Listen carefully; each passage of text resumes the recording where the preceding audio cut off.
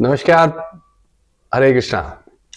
आज हम बात करने जा रहे हैं कि कुंडली का जो चौथा हाउस होता है, फोर्थ हाउस, उसकी क्या इंपॉर्टेंस होती है। फोर्थ हाउस से हम क्या चीज देखते हैं, और उस फोर्थ हाउस में हम दो ग्रहों का विश्लेषण करेंगे, एक गुरु का और दूसरा हम विश्लेषण करेंगे मंगल का। ठीक है। तो अगर आपकी कुंडली में किसी भी फोर्थ हाउस में, यानी फोर्थ हाउस कहा जाता है भूमि का, भवन का, वाहन का, घर के सुख का, संपत्ति का, वैभव का, इसके अलावा जो है वो नॉलेज का भी माना जाता है कि मटेरियल नॉलेज का, इन सब चीजों का जो है वो फोर्थ हाउस माना जाता है। अब मान लीजिए कि फोर्थ हाउस में आपके मंगल बैठे हैं, तो अगर कुंडली के हिसाब से देखा जाए कि फोर्थ हाउस में मंगल जो है वो नीच का होता है। अब मंगल फोर्थ हाउस में अगर नीच का है तो इसको समझिए कि ऐसा क्या है कि तो वो व्यक्ति के पास एक से ज्यादा मकान, एक से ज्यादा दुकान, एक से ज्यादा प्रॉपर्टीज, जमीन जायदाद, ये सब चीजें जरूर होंगी। 200% ऐसा है।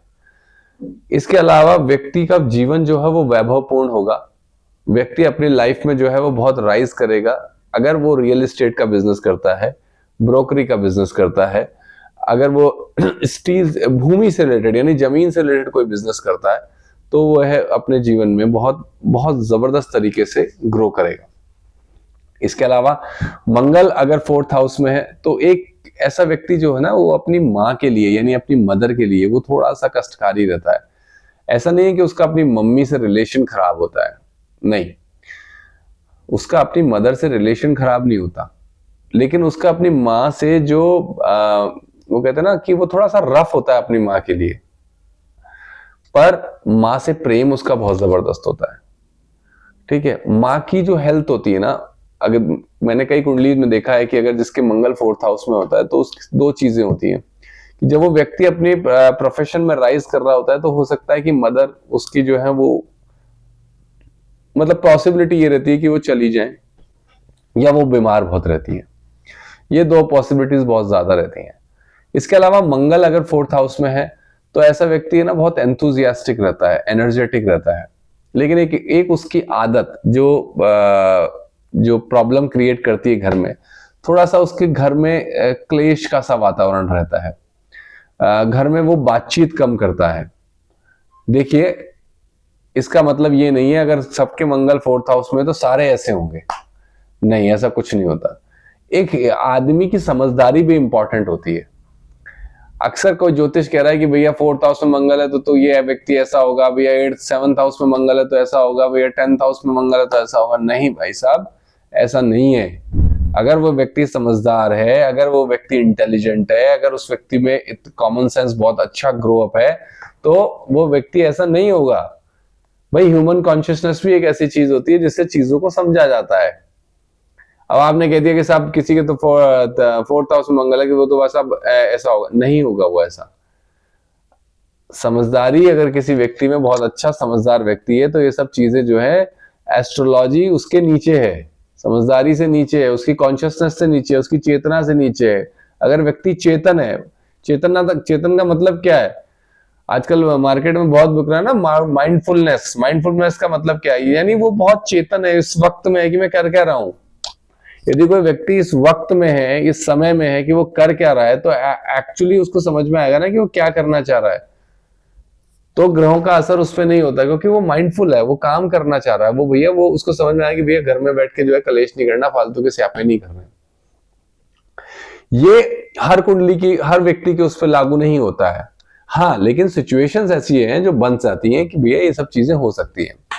इससे घबराने की जरूरत नहीं है। मैं अपनी एस्ट्रोलॉजी क्लासेस में सबको बोलता हूं, और मैं जब प्रिडिक्शन देता हूं तब भी बोलता हूं कि इससे अगर आपके 7th हाउस में मंगल है या अगर आप मंगलिक हैं तो इसको घबराने की जरूरत नहीं है। मंगलिक का मतलब होता है कि आप में ऊर्जा ज्यादा है, और ऊर्जा जिसमें ज्यादा होती है तो आप उसको अपने समान ऊर्जा वाले व्यक्ति के साथ विवाह करना चाहिए, जिससे उनकी कंपैटिबिलिटी अच्छी हो। समझ में आया? जैसे घोड़ा घोड़ी से ही जो क्रॉस करेगा तो ज्यादा बढ़िया रहेगा। घोड़े का अगर खच्चर से क्रॉस करोगे तो फिर खच्चर ही पैदा होंगे, गधे ही पैदा होंगे। तो इसीलिए कहा जाता है कि मंगल जो है वो अपनी स्थिति में उसकी स्थिति बहुत ज्यादा मैटर करती है। इसी तरीके से अगर हम बात करें मंगल की दृष्टि, मंगल की जो चौथी दृष्टि होती है वो 7th हाउस में पड़ती है। 7th हाउस बिजनेस का हाउस है, 7th हाउस उसके घर का हाउस है, यानी उसके स्पाउस का हाउस है। तो ऐसे व्यक्ति को अपने स्पाउस के साथ जो है वो संबंध अच्छे बना के रखने चाहिए, स्पाउस का रिस्पेक्ट करना चाहिए, स्पाउस की बात को सुनना चाहिए, स्पाउस का डिसरेस्पेक्ट नहीं करना चाहिए, नहीं तो बिना बात घर में कलेश होगा। वो व्यक्ति ना तो अपने बिजनेस पे फोकस कर सकता है, ना अपने काम पे फोकस करेगा, और बिना बात कलेश होने से वो बचा जा सकता है। समझ में आई बात? इसके अलावा अगर इस मंगल की जो 10th दृष्टि होती है, 7th दृष्टि उसकी 10th हाउस पे होती है, तो ऐसे व्यक्ति के लिए प्रोफेशंस बहुत सारे हैं, पुलिस में, सेना में, आर्मी में, यहां तक कि जो ऐसे बॉडी बिल्डिंग में आपके क्या कहते हैं, मतलब ऐसे काम जिसमें उस व्यक्ति को मेहनत करनी हो, ऐसे जिसमें उसका दमखम लगे, ऐसे बिजनेसेस जो है वो व्यक्ति वो करता है। इसके अलावा अगर हम बात करें तो उसकी मंगल की जो 10th दृष्टि होगी वो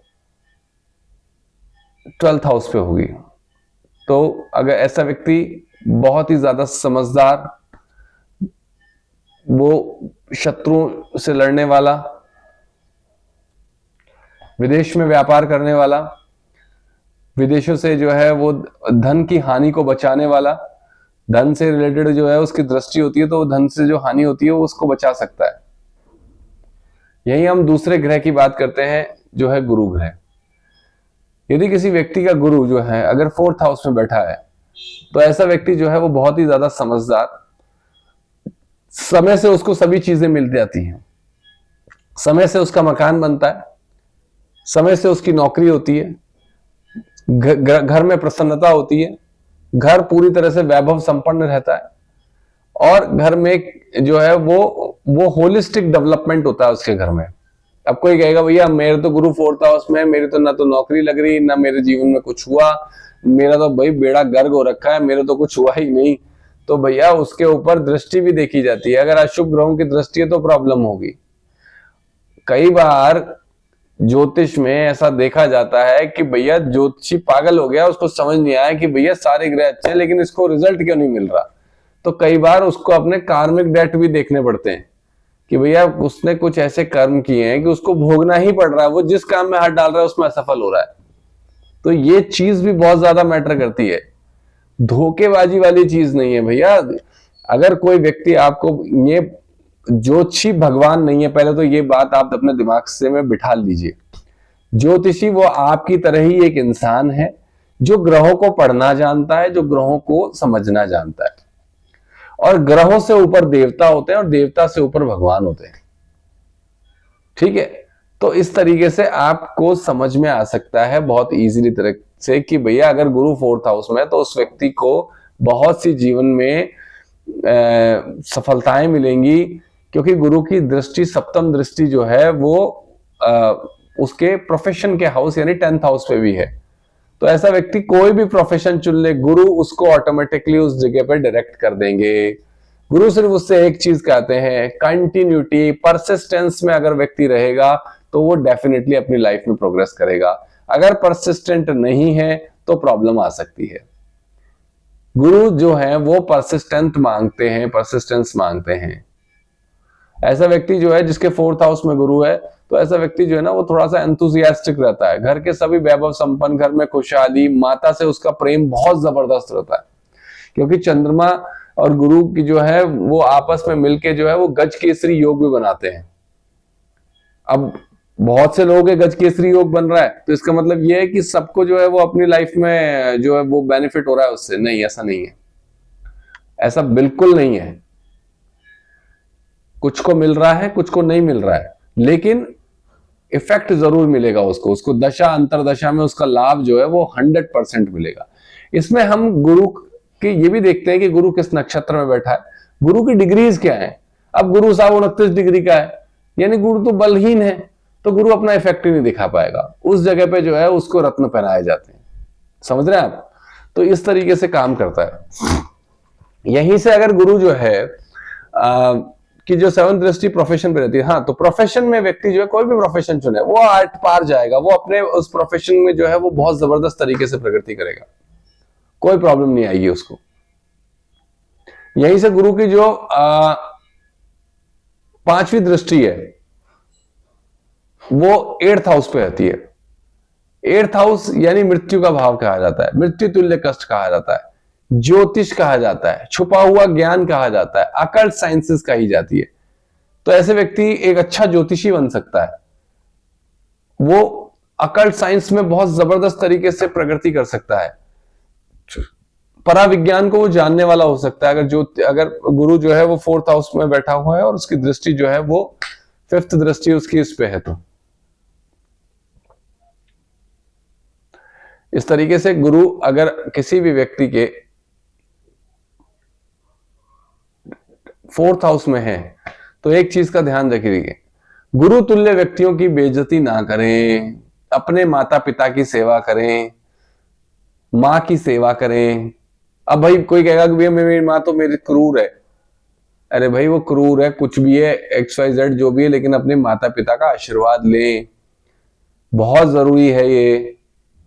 जिस व्यक्ति ने आपको इस धरती पे लाने में जो कष्ट महसूस किया है, आपको जो पाला है, आपकी सूसू पोटी धोई है, तो उसके लिए कृतज्ञ रहें, उसका ध्यान रखें, उसकी आवश्यकताओं का ध्यान रखें, उसके साथ वाणी का जो यानी बुद्ध का यानी वाणी से जो है वो आप चकल्लसबाजी ना करें, उससे प्रेम से बात करें, प्रेम से उसकी बात सुने, तो ही आपको जो है वो गुरु अपना एट पार रिजल्ट्स देंगे। देखिए बहुत लोग ग्रहों से डर रहे हैं कि भैया मेरा शनि खराब है, मेरा राहु खराब है, मेरा ये खराब है, मेरा वो खराब है। ऐसा कुछ नहीं है। अगर खराब नहीं है, वो आपको ये याद दिलाना चाह रहे हैं कि भैया आपने गलतियां करी, इन गलतियों को सुधार लो, अपनी चेतना को सुधारो, चेतना को अपलिफ्ट करो।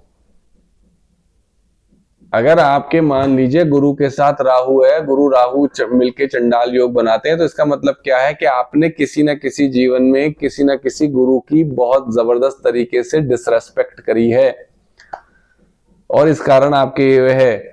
इसका एक दूसरा पार्ट और है कि ऐसा व्यक्ति जो है वो क्वेश्चनिंग बहुत करता है, वो कभी भी किसी भी गुरु को ऐसे ही एक्सेप्ट नहीं करेगा, वो क्वेश्चन करेगा। अगर उसको अपने क्वेश्चन से संतुष्ट नहीं हुआ तो वो उसको एक्सेप्ट नहीं करेगा, जो कि एक अच्छी बात है, बुरा नहीं है। शास्त्रों में भी कहा गया है कि गुरु को शिष्य को 1 साल देखना चाहिए और शिष्य को गुरु को 1 साल चेक करना चाहिए। ठीक है जी। तो इस तरीके से इन 2 ग्रहों का एक्सप्लेनेशन मैंने आपको दिया। यदि आपको ये वीडियो समझ में आया, पसंद आया, तो please like, share and subscribe. और अगर आपका कोई क्वेश्चन है तो स्क्रीन पे मेरा नंबर है, आप मुझे व्हाट्सएप करके अपना क्वेश्चन जो है वो पूछ सकते हैं। Thank you so much. Hare Krishna.